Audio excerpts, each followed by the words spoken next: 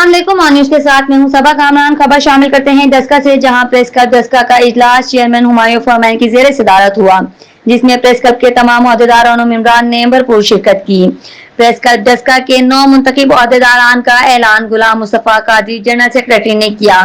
Chairman Humayun Farman, senior vice chairman Faisal Shahzad Bhatt, vice chairman Sahibzada Azeem Sarwar, vice chairman Malik Ahmed Raza Awan, vice chairman Zeeshan Shah, vice chairman Bilal Bhatt, finance secretary Rana Ajmal Hussain, Junaid Raza, deputy general secretary Adeem Ahmed, information secretary Arif Masih, chairman मजलिस आमला जहीर अब्बास भट्ट, शब्बीर हुसैन अगोरी, अमीन मुगल, मराजे सिकंदर, फजल खान चौधरी, नासिर रोया, अजहर विर्क, हसन डार को member मजलिस आमला मुंतखब होने पर मुबारकबाद पेश की।